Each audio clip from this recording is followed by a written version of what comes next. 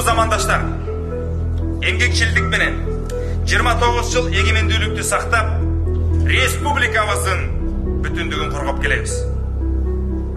Мындан ары башкалар Кыргызстанды четке какпаш үчүн биримдикте ата мекенибизди бүтүн Кыргызстан кылыш үчүн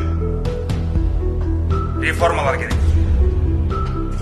Жүрөгүбүздө ыйман нуру жанып турса, мекеним Кыргызстан үчүн чоң азатка чыгабыз.